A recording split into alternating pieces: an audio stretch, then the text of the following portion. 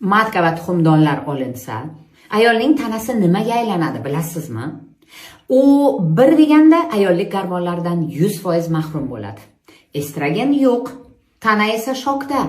Endi bu tanada erkaklik gormonlari, masalan, testosteron patolog, mushaklar, soqol, mo'ylov, ovoz o'zgarishi, soch siyraklashadi, bel atrofida, yelkada yog'lar to'plana boshlaydi. Suyaklar yemirila boshlaydi.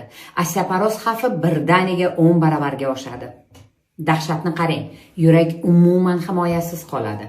Qon bosimi, yurak ritmi buziladi. Infarkt xavfi endi patolog.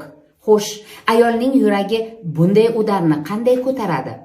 Ruhiyatda o'zgarishlar, asabiylik ortadi, o'ziga ishonch yo'qoladi, qo'rquvlar, depressiya ko'payadi. Bu ayolning xarakterini o'zgarishi emas, bu endi gormonal qulash degani.